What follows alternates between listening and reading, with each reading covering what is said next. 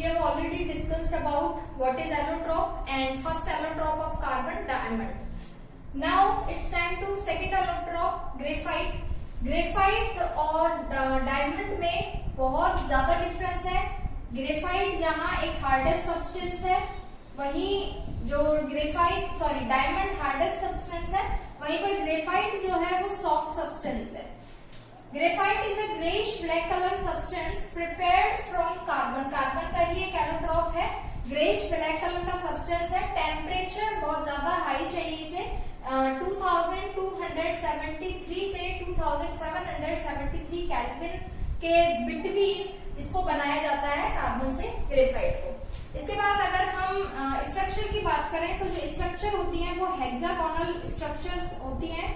इसमें जो स्लिपरी होती है एक दूसरे के ऊपर एज अ लेयर ये फिक्स्ड होती हैं और बहुत ज्यादा स्लिपरी होती है. दैट्स वाई जो ग्रेफाइट होता है वो थोड़ा चिकना होता है एंड शाइनी होता है. इसके बाद वैलेंसी की बात करते हैं तो कार्बन की 4 वैलेंसी होती है. इसमें एक कार्बन एटम 3 कार्बन एटम से जुड़ा हुआ होता है. तो फिक्स है कि फ्री इलेक्ट्रॉन्स यहाँ पर प्रेजेंट होते हैं और दैट्स वाई ये कंडक्टर हो जाता है इलेक्ट्रिसिटी का. तो ये कंडक्टर इलेक्ट्रिसिटी का because due to presence of free electrons. लेकिन यहाँ पर वैलेंसी कंप्लीट होती है. 3 कार्बन एटम होता है, उसमें से किसी एक कार्बन एटम के पास डबल बॉन्ड प्रेजेंट होता है. तो जो वैलेंसी होती है वो कंप्लीट होती है, लेकिन फिर भी एक जगह खाली होती है. फ्री इलेक्ट्रॉन्स होते हैं इसके पास. दैट्स वाई ये कंडक्टर होता है इलेक्ट्रिसिटी का. अब इसका जो फर्स्ट पॉइंट है वो आप ये लिख सकते हैं इसके बारे में. ग्रेफाइट एक ग्रेइश ब्लैक कलर का सब्सटेंस है. कितने टेम्परेचर पर इसको बनाया जाता है आप इसके बारे में लिख सकते हैं. Second point will be graphite की आप स्ट्रक्चर के बारे में लिखेंगे. Graphite structure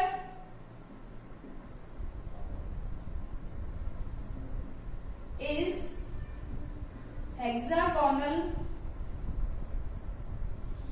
layers placed one above the other. एक दूसरे के ऊपर ये जो लेयर होती है ये प्लेस होती है और हेक्सागोनल लेयर्स होती हैं. इसके बाद कंडक्टर ऑफ इलेक्ट्रिसिटी है या नहीं है उसके बारे में लिखेंगे. Third will be it is a conductor of electricity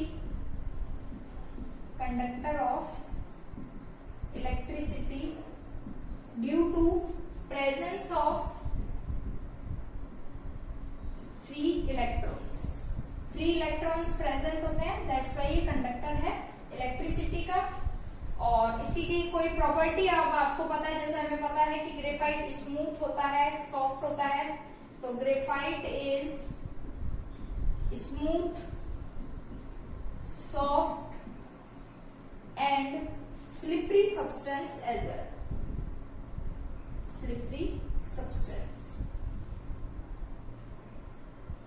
तो आप जितना इसके बारे में लिख सकते हैं, जितना आपको पता है, नॉर्मली 4-5 पॉइंट्स आप लिख सकते हैं.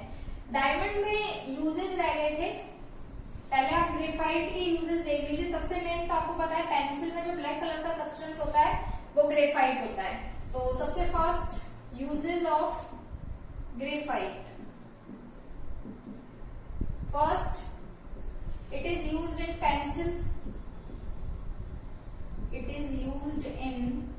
पेंसिल.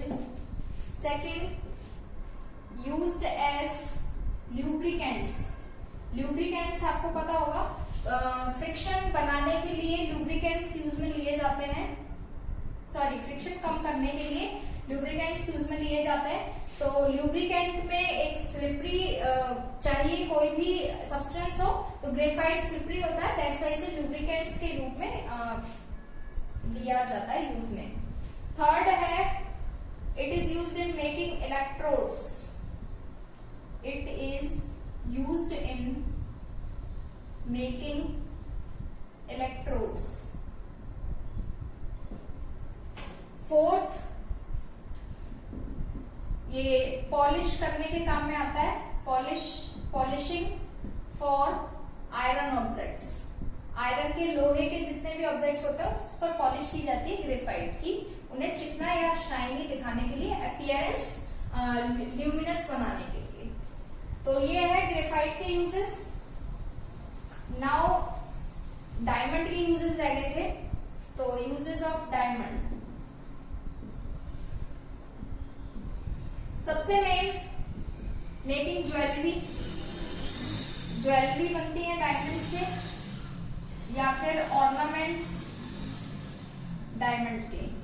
इसके बाद जो सेकंड सबसे मेन यूज है, जो सबसे ज्यादा लिया जाता है, फॉर कटिंग ऑफ ग्लास। जो कांच होता है वो इजीली काटा जा सकता है डायमंड से, तो फॉर कटिंग ऑफ ग्लास बड़ी बड़ी फैक्ट्रीज में, मिल्स में यही ग्लास को काटने के लिए डायमंड को यूज में लिया जाता है। और इसके बाद जब कटिंग ऑफ रॉक्स, चट्टाने वगैरह, या फिर स्टोन्स, बड़े जो स्टोन्स होते हैं उनको काटने के लिए डायमंड को यूज में लिया जाता है। तो ये यूज हो गए डायमंड के एंड ग्रेफाइट के। Now third point and last allotrope of carbon will be fullerene. Fullerene जो है, फुलरीन का जो इन्वेंशन किया था, जो बताया था एलोट्रोप ऑफ कार्बन फुलरीन, वो बकमिंस्टर फुलरीन थे जिन्होंने इसको बताया था फुलरीन को कि एलोट्रोप है कार्बन का। दैट्स व्हाई इसका नाम उनके बकमिंस्टर फुलरीन के नाम पर फुलरीन रखा गया है। और जो कार्बन होता है उसमें जो C60 फुलरीन होता है, जो सबसे मेन, जिसके बारे में हम यहाँ इस चैप्टर में पढ़ेंगे। C60 फुलरीन के बारे में हम क्यों पढ़ते हैं? क्योंकि जो फुलरीन की जो स्ट्रक्चर होती है वो होती है फुटबॉल के जैसी।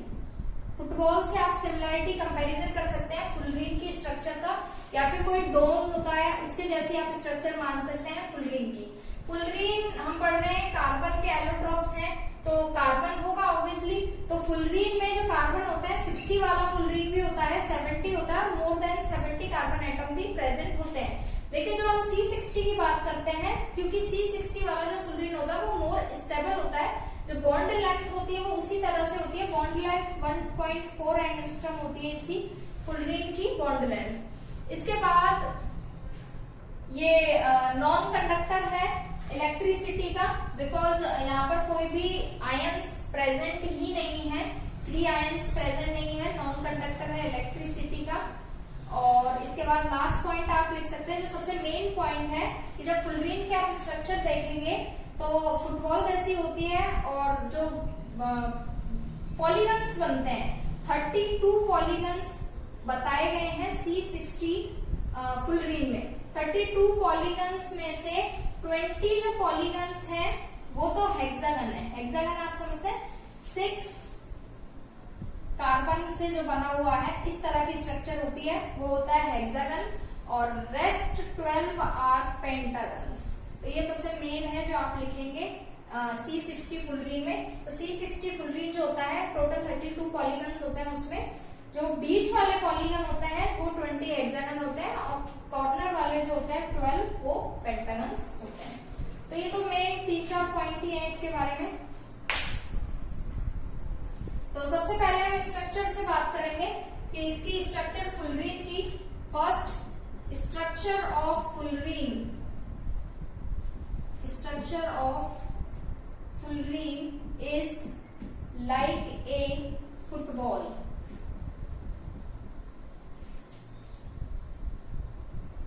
या आप कोई भी डोम भी बोल सकते हैं, डोम लाइक भी स्ट्रक्चर आप बता सकते हैं। इसके बाद है it is designed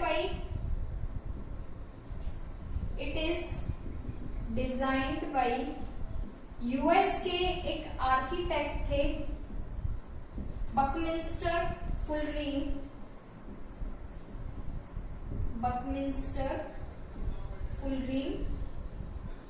that's why इसका नेम है जो फुलरीन रखा गया है।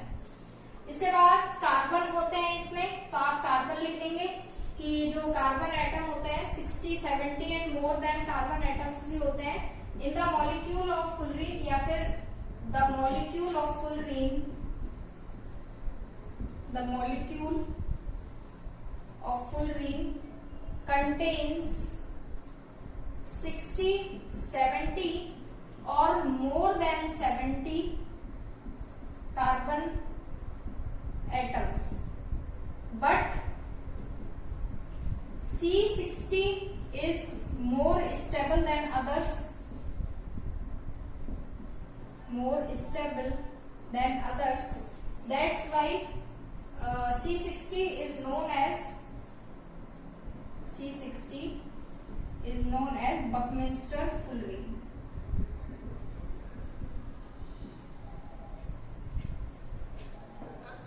क्लियर? इसके बाद आप कंडक्टर ऑफ इलेक्ट्रिसिटी की बात करेंगे. It is a non conductor of electricity. Conductor नहीं होता है इलेक्ट्रिसिटी का. नॉन कंडक्टर ऑफ इलेक्ट्रिसिटी लिख सकते हैं due to absence of free electrons. और इसके बाद लास्ट जो मेन पॉइंट है, in a structure of fullerene, in structure of one fullerene, C60 fullerene की बात कर रहे हैं हम यहाँ. C60 fullerene, there are 32 polygons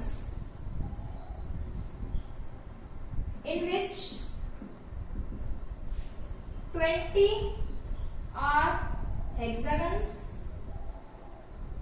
and rest 12 are pentagons. तो ये आपको टॉपिक याद रखना ही रखना है. मैं मेन टॉपिक ही लिखा रही हूँ 3, 4, 5. इससे कम भी नहीं कर सकते आप, क्योंकि आप स्ट्रक्चर भी लिखेंगे, कंडक्टर भी बताएंगे, बॉन्ड लेंथ भी बताएंगे, और अगर आपके पास अगर इसमें ये जो मेन पॉइंट है पॉलीगन्स कितने हैं आप ये भी बताएंगे. 1 नंबर पे भी क्वेश्चन आ सकता है कि C60 fullerene में टोटल कितने पॉलीगन्स होते हैं, या फिर C60 fullerene में हेक्सागन कितने होते हैं. तो आपको ये पॉइंट याद रखना होगा. C60 fullerene में 32 पॉलीगन्स होते हैं, 20 hexagons and 12 are pentagons. And एक बात और, अगर आप यहाँ नहीं पढ़ेंगे, जो हम इस पर वीडियो डाल रहे हैं क्लास में, ये चैप्टर वापस से रिवाइज नहीं किया जाएगा. तो आपको ये कंप्लीट करना है. तो इसके बाद fullerene हो गया ये. Now uses of fullerene.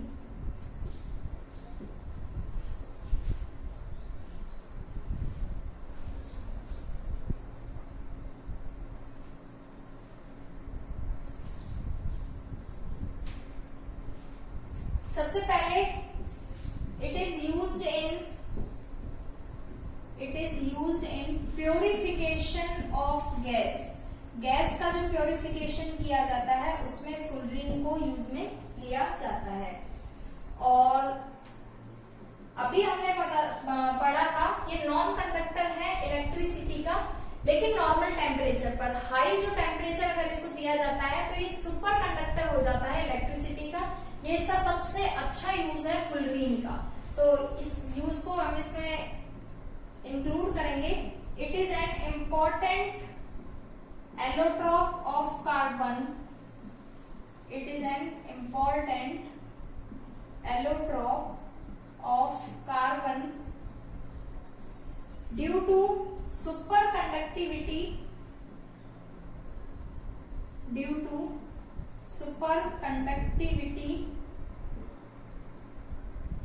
at high temperature.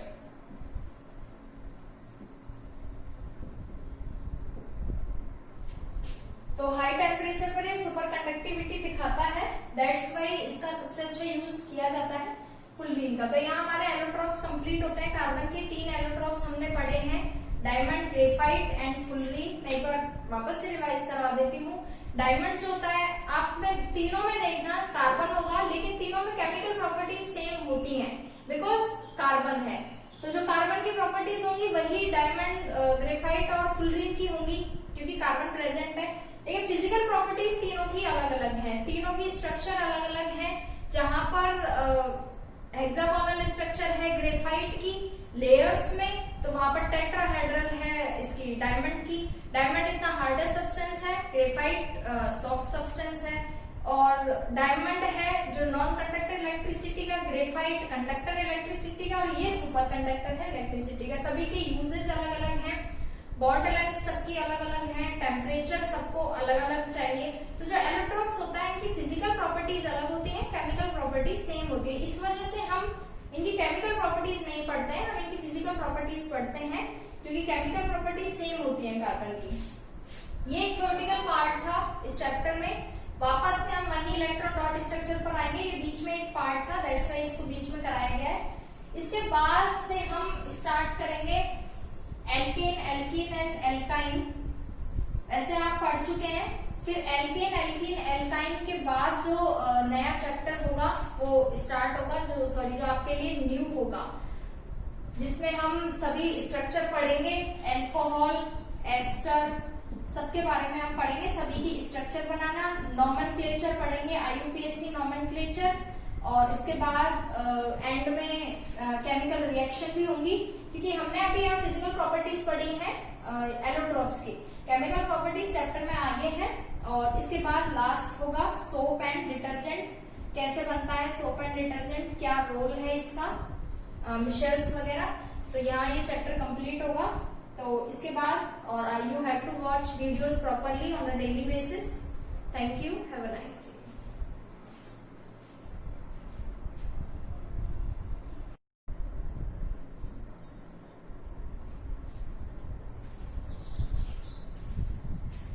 Welcome students. We are discussing about chapter 4 carbon and its compounds of your science subject chemistry part. We have already discussed about carbon, carbon का atomic number, electronic configuration, and we have already done electron dot structures of single covalent bond examples, double covalent bond and triple covalent bond. Now next topic is allotropes of carbon. Firstly, we have to understand that allotropes. What is meaning of allotrope? क्या मतलब है allotrope word का? यहाँ carbon के लिए नहीं, हम only allotrope word की बात कर रहे हैं कि allotrope एक ऐसी प्रॉपर्टी है, एक ऐसे एलिमेंट्स की प्रॉपर्टी होती है जिनमें फिजिकल प्रॉपर्टीज इनकी डिफरेंट होती हैं बट केमिकल प्रॉपर्टीज सिमिलर होती हैं। जैसे एक ही एलिमेंट है, उसके जो एलोट्रोप्स होंगे वो भी एलिमेंट ही होंगे, लेकिन फिजिकल प्रॉपर्टीज अलग अलग हो सकती हैं। लाइक उनकी स्ट्रक्चर अलग अलग हो सकती है, कोई रिजिड होगा, कोई सॉफ्ट होगा, दिखने में अलग अलग हो सकते हैं, अपीयरेंस अलग हो सकता है, टेक्सचर अलग हो सकता है, बट जो केमिकल प्रॉपर्टीज होंगी वो सिमिलर होंगी, बिकॉज एट द एंड वो एलिमेंट से जिस एटम से बना हुआ है, तो जो प्रॉपर्टीज उस एटम की होंगी वो सभी एलिमेंट में सेम रहेंगी। तो एलोट्रोप्स ऐसे एलिमेंट को बोलते हैं जिनकी फॉर्म अलग अलग हो सकती है, फिजिकल प्रॉपर्टीज अलग अलग हो सकती है, बट जो केमिकल प्रॉपर्टीज होती हैं वो सेम होती हैं। तो सबसे पहले हम एलोट्रोप की डेफिनेशन की बात करेंगे कि an element in different forms having different physical properties. एक ऐसा एलिमेंट कोई भी डिफरेंट फॉर्म में हो सकता है अगर उसमें फिजिकल प्रॉपर्टीज उसकी डिफरेंट है बट सिमिलर केमिकल प्रॉपर्टीज, लेकिन केमिकल प्रॉपर्टीज बिल्कुल सिमिलर है, is known as allotropes of that element. जिस एलिमेंट की हम बात कर रहे हैं अगर उसकी फिजिकल प्रॉपर्टीज डिफरेंट हो, अलग फॉर्म का कोई एलिमेंट हो, तो वो उसका एलोट्रोप्स होगा। तो इस चैप्टर में हम कार्बन की बात करेंगे। तो कार्बन के 3 एलोट्रोप्स के बारे में हम इस चैप्टर में पढ़ेंगे। First will be diamond, second graphite and third fullerene. तो 3 एलोट्रोप्स हैं जिसके बारे में आपके इस चैप्टर में दिया हुआ है। तीनों एलोट्रोप्स कार्बन के ही हैं। डायमंड भी कार्बन का ही एलोट्रोप है, ग्रेफाइट भी एंड फुलरीन भी, लेकिन तीनों की प्रॉपर्टीज अलग अलग हैं, फिजिकल प्रॉपर्टीज अलग हैं, स्ट्रक्चर्स बिल्कुल डिफरेंट है, तो जिसके बारे में अभी हम डिटेल में बात करेंगे। सबसे फर्स्ट हम स्टार्ट करेंगे विद डायमंड।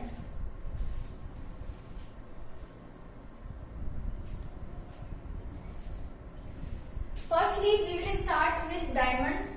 डायमंड कार्बन का ही एक एलोट्रोप है, बट जो प्योरेस्ट फॉर्म हम बोल सकते हैं कार्बन का, भी हमें पता है एलोट्रोप्स फॉर्म होती हैं जिस एलिमेंट की हम बात कर रहे हैं, लेकिन डायमंड है जो कार्बन की एक फॉर्म है, तो जो प्योरेस्ट फॉर्म ऑफ कार्बन है दैट इज डायमंड। इसके बाद हम इसकी स्ट्रक्चर की बात करेंगे। इसकी स्ट्रक्चर बिल्कुल रिजिड होती है, 3D स्ट्रक्चर होगी, 3 डायमेंशनल टेट्राहेड्रल स्ट्रक्चर होती है। बॉन्डिंग आपस में इतनी स्ट्रॉन्ग होती है कि आप तोड़ नहीं सकते हैं बॉन्ड्स को, दैट्स व्हाई डायमंड जो होता है वो सबसे स्ट्रॉन्गेस्ट सब्सटेंस है यूनिवर्स का। इसके बाद नॉन कंडक्टर होता है इलेक्ट्रिसिटी का। हमें पता है कार्बन का एटॉमिक नंबर 6 होता है, 2-4 इलेक्ट्रॉनिक कन्फिगरेशन, लास्ट शेल में 4 इलेक्ट्रॉन होता है, दैट मीन 4 इलेक्ट्रॉन्स नीडेड है इसे अपना ऑपरेट कंप्लीट करने के लिए। ऑक्टेट कंप्लीट करने के लिए 4 इलेक्ट्रॉन्स के साथ शेयरिंग करेगा, कोवेलेंट बॉन्ड बनाएगा। अगर इस कार्बन के पास 8 इलेक्ट्रॉन्स कंप्लीट हो जाते हैं, 4 इलेक्ट्रॉन्स ये और ले लेता है, शेयरिंग कर लेता है चारों तरफ से, तो यहाँ किसी भी अदर बॉन्ड के लिए कोई जगह नहीं बचती है। सिमिलरली ऐसा ही डायमंड में होता है, चारों जो इलेक्ट्रॉन्स की जो जगह होती है वो फिल्ड होती है। एक कार्बन 4 अदर कार्बन से जुड़ा हुआ रहता है इसमें डायमंड में, इसलिए कोई जगह ही नहीं होती है। दैट्स वाई ये नॉन कंडक्टर है इलेक्ट्रिसिटी का, इलेक्ट्रिसिटी पास नहीं हो सकती है डायमंड में से। इसके बाद मेल्टिंग पॉइंट बहुत ज्यादा हाई होता है, 3843 केल्विन मेल्टिंग पॉइंट होता है। और इसके बाद कार्बन कार्बन बॉन्ड लेंथ जो होती है 1.54 angstrom carbon carbon bond length होती है। तो ये तो हो गया नॉर्मल इसके बारे में डिटेल। अगर हमें इसके बारे में पॉइंट्स लिखने हो, क्योंकि ये 2 मार्क्स में आ सकता है question, define the allotropes of carbon या एक्सप्लेन एलोट्रोप्स ऑफ कार्बन, तो आपको एटलीस्ट 5 पॉइंट्स तो लिखने होंगे। डायमंड का सबसे फर्स्ट पॉइंट जो हम स्टार्ट करेंगे will be it is the purest form of carbon. Carbon की जो सबसे प्योर फॉर्म होगी that will be diamond. Second, structure के बारे में बात करेंगे। Each carbon atom forms a rigid, 3 dimensional लिख लीजिए या 3D लिख लीजिए, टेट्राहेड्रल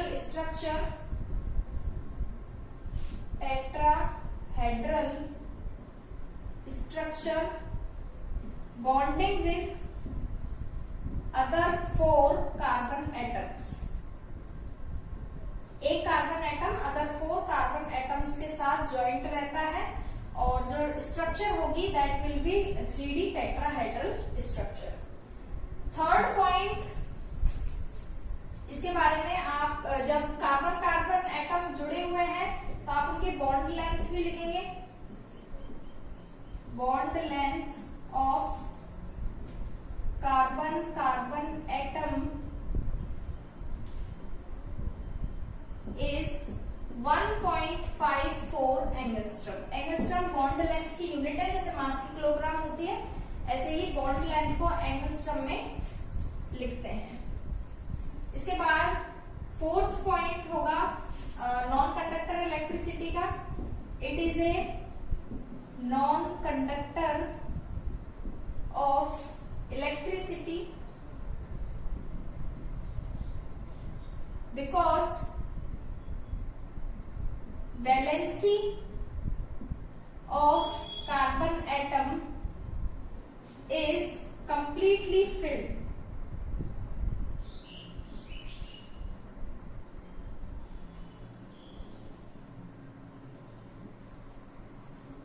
वैलेंसी जो होती है वो कंप्लीटली फिल्ड होती है और कोई भी फ्री इलेक्ट्रॉन्स प्रेजेंट नहीं होते हैं।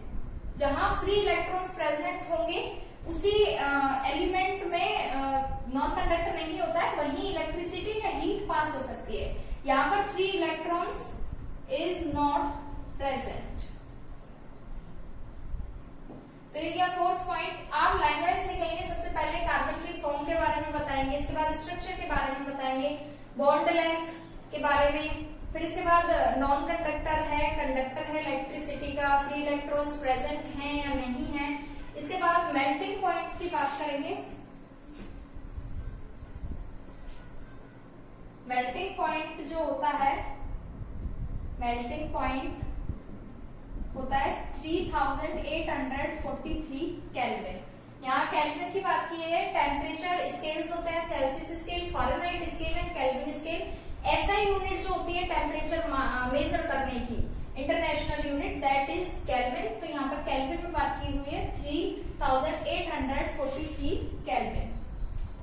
इसके बाद आपको अगर 5 पॉइंट हो चुके हैं, अगर इसके बाद अगर आप कुछ लिख सकते हैं एक्स्ट्रा, आपको कुछ पता है, जैसे हम लिख सकते हैं diamond is a transparent substance. Transparent होता है, आप आर पार इजीली देख सकते हैं। Transparent substance. रिजिड होता है, सबसे मेन हार्डेस्ट सब्सटेंस हम जिसको बोल सकते हैं, दैट इज डायमंड। तो 5-6 पॉइंट्स इनफ है एक एलोट्रॉप्स के लिए। सेकेंड हम बात करेंगे ग्रेफाइट की। ग्रेफाइट का स्ट्रक्चर डायमंड से बिल्कुल डिफरेंट है। डायमंड हार्डर सब्सटेंस है एंड ग्रेफाइट वेरेज बहुत सॉफ्ट होता है सब्सटेंस ग्रेफाइट।